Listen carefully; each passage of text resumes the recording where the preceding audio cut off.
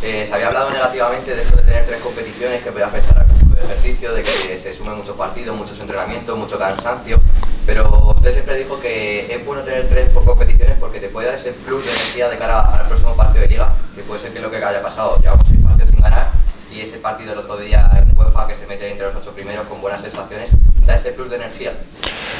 Creo que las 3 competiciones, a lo que me refiero durante este tramo del que venimos hablando, desde que nos clasificamos, creo que no va a afectar negativamente al devenir del equipo en la liga, porque creo que nuestro sí no es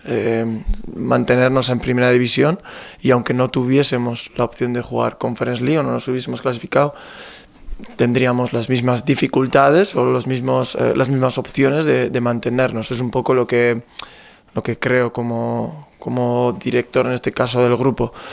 Después, es cierto que cuando juegas de manera tan seguida, la ventaja es que si ganas, la ilusión se transmite de manera rápida y se contagia al partido siguiente, en este caso de Liga, pero también es verdad que cuando pierdes, si hubiésemos acumulado derrotas en Conference League o en Copa, bueno, pues es una mochila que se va llenando y con la que tienes que cargar en Liga. Entonces,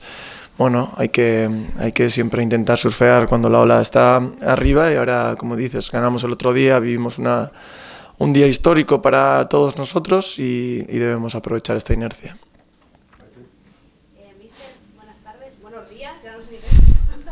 Quería preguntarte un poco por cómo ves a Elche, que además está siendo uno de los equipos revelación. ¿Qué análisis haces del rival? Bueno, lo veo muy bien, conozco a su entrenador, hicimos el carnet de entrenador juntos hace un montón de años, cuando todavía yo estaba en el filial del Athletic. Tenemos buena relación y bueno, el Elche es un fiel reflejo de lo que es primero Eder como persona y después como entrenador. Siempre tienen pensadas ciertas formas de sacar el balón ante cómo presiona al rival, tienen situaciones en ataque organizado también para cómo se estructura el rival, también a nivel defensivo se adaptan a lo que provoca el rival, entonces quiere decir que tienen inteligencia y análisis,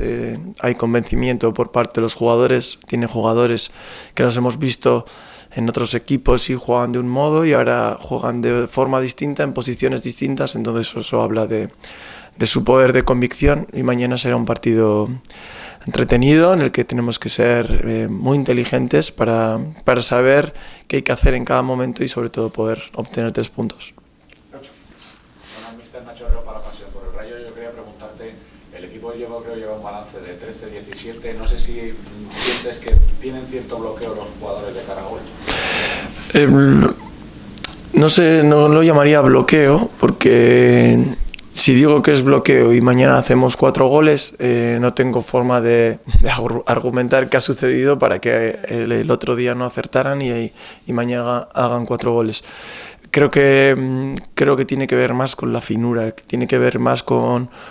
el jugar a un ritmo en determinadas fases del campo y cuando llegas al punto final tener un poco de mesura, de sensibilidad, de calma, de paciencia para poder acertar. Bueno, hay datos por ahí, hoy me han mandado uno en el que dice que mereceríamos 10 goles más de los que llevamos, no sé hasta qué punto esos balances son ciertos, pero se corresponde un poco con la sensación que yo tengo como entrenador, y que creo que disponemos de grandes ocasiones, de grandes volúmenes de las mismas y no acertamos, entonces creo que se corresponde más un poco con ser más sensibles en la última parte y desacelerar un poco todo ese ritmo que llevamos en las fases previas. Muy buenas, mister. Pablo Villa de Radio Marca. Una vez aparcada la Conference, el equipo sigue en la Copa, pero tiene un calendario importante por delante contra rivales directos, Elche, Getafe, Mallorca, luego Balaídos y Osasuna. No sé si esto lo habéis comentado en el vestuario, ¿qué peso le das a este tramo del calendario que puede ser importante para alejarse un poco del descenso? Sí, es cierto que ahora viene un pequeño parón, después volvemos a reactivarnos y en la Copa pondremos el mismo énfasis que en Liga y que en Conference, intentaremos llegar lo más lejos posible como siempre y después el tipo de equipos que nos visitan o al que vamos a enfrentar, es cierto que hay que ser conocedor de que están en la misma lucha que nosotros, pero ya me conocéis y yo no me gusta hablar de cómo vienen estos hay que ganar, porque luego no los ganas y el que te ha dicho eso no es capaz de sostener su ánimo. Entonces yo prefiero pensar que tanto en casa como fuera y contra cualquier rival debes ganar o tienes que intentarlo ganar de igual manera. No compatibilizo muy bien, y tengo muchos alrededor, con la gente que me dice que Getafe y Mallorca son clave para el devenir de la Liga. Bueno, son clave igual que el que será en marzo, porque esto es demasiado largo como para solo centrarnos en si no hacemos un buen mes de enero hemos descendido, y si lo hacemos bien ya está, otra vez quedamos arriba. No creo mucho en eso, pero sí entiendo que son partidos importantes porque a priori vamos a estar en la fase final luchando por lo mismo. Muy buenas, mister. Luis Domínguez para La Cabaña Deportes. Tengo la sensación de que tanto Rayo como el Elche está infrapuntuando esta liga, porque son dos equipos que juegan bien, que están haciendo una buena temporada, pero al final vosotros lleváis 6 partidos sin ganar, el Elche lleva una victoria de 9 partidos. Esto dentro del vestuario, ¿cómo afecta al nivel de estamos jugando bien, estamos planteando bien los partidos, pero no conseguimos sacar adelante los puntos que quizás merecéis por juego? ¿Cómo transmites al vestuario que la idea que hay que seguir sigue siendo la correcta, la que estás intentando plasmar sobre el terreno de juego? Lo bueno del fútbol es que las matemáticas no engañan a nadie. Lo decía ahora con Pablo, que son 11 meses y los puntos que hagas son los que mereces. Pero si como personas nos guiamos muchas veces por lo que intuimos o por nuestras sensaciones, y lo que creo que es un poco el sentir general,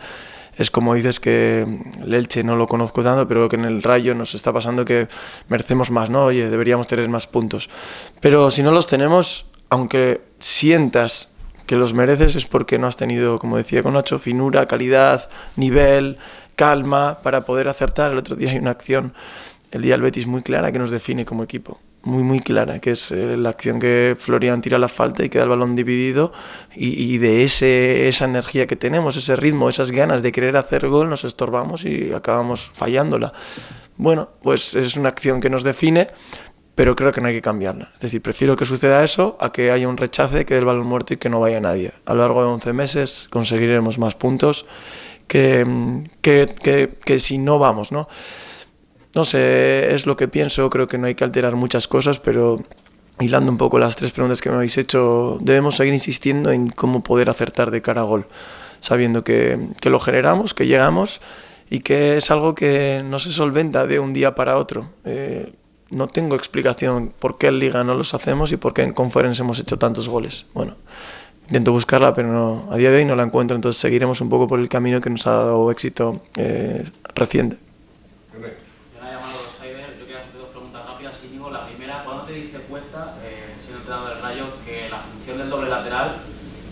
Podría darte mucho en el juego, en el apartado ofensivo. Sabemos que es un concepto que sirve más para reforzar a lo mejor en lo defensivo, pero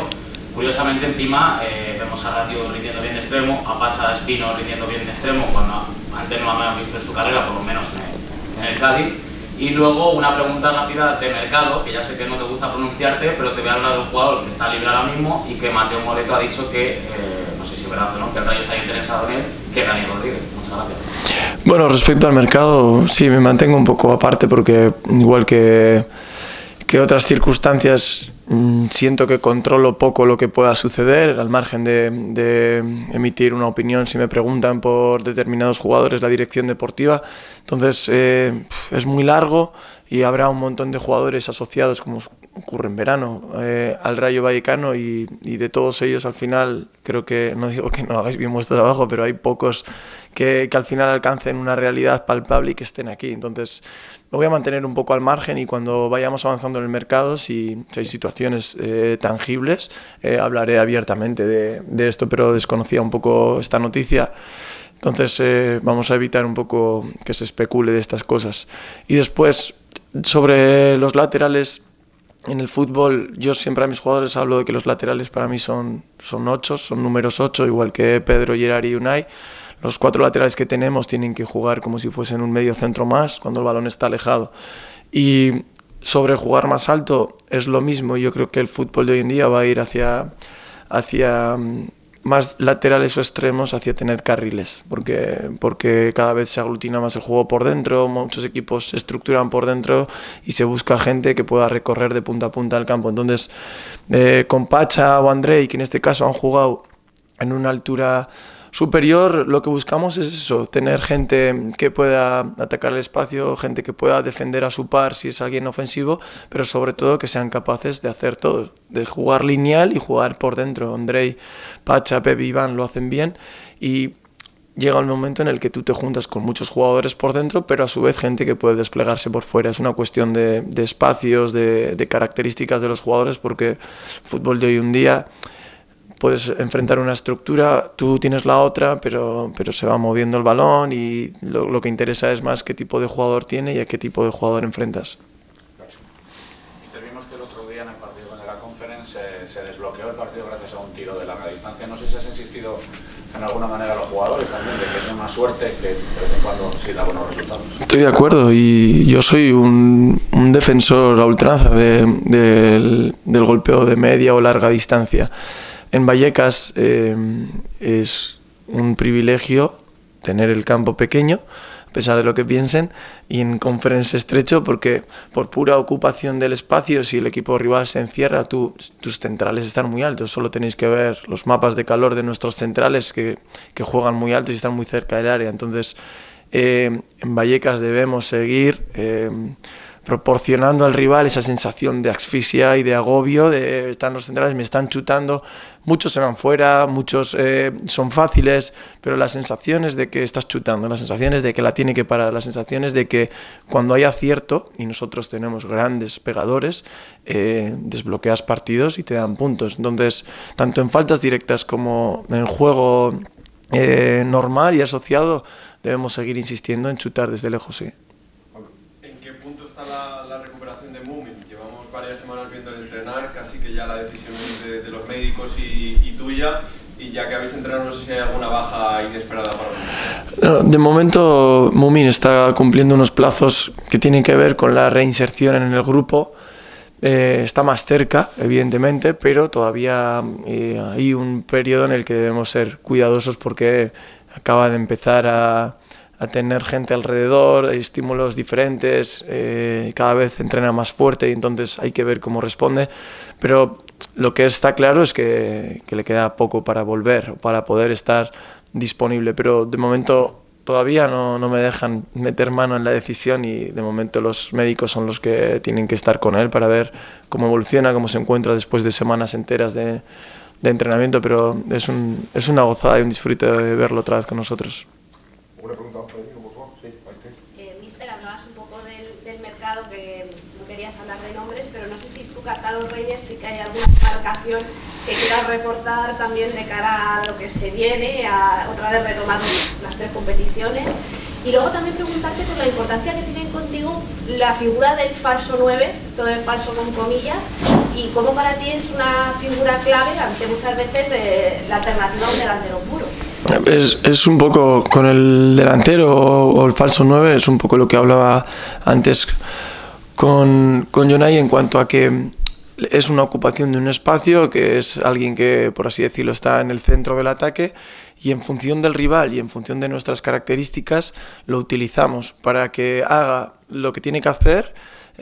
como decía antes, porque el rival juega de un modo, es decir, Álvaro cuando juega de 9 o Jorge cuando juega de 9 no le puede pedir que remate en el área como Alemão, pero sí le podemos decir que se pare a los centrales o que los atraiga para luego ir al espacio. Entonces, tanto los laterales como el falso 9, como si un día juegas con 3 8 como el otro día, tiene un porqué, pero tampoco es mucho más simple de lo que algunos nos hacen ver, que es ocupar espacios en cuanto a características propias y del rival. Entonces, es un poco jugar las cartas que tú tienes en función del equipo rival. Y después, bueno, no suelo echar carta a los Reyes, pero es cierto que hemos visto la demanda física y mental que exige jugar jueves, domingo, y simplemente tenemos que estar preparados porque ahora tenemos un pequeño parón, pero el final de temporada o el tercio final va a ser importante. Y lo que nos gustaría es que todo el mundo pueda estar disponible y para eso necesitas ocupar todas las plazas, pero no tengo una posición en concreta. Cierro los ojos y abriré los regalos cuando llegue el día.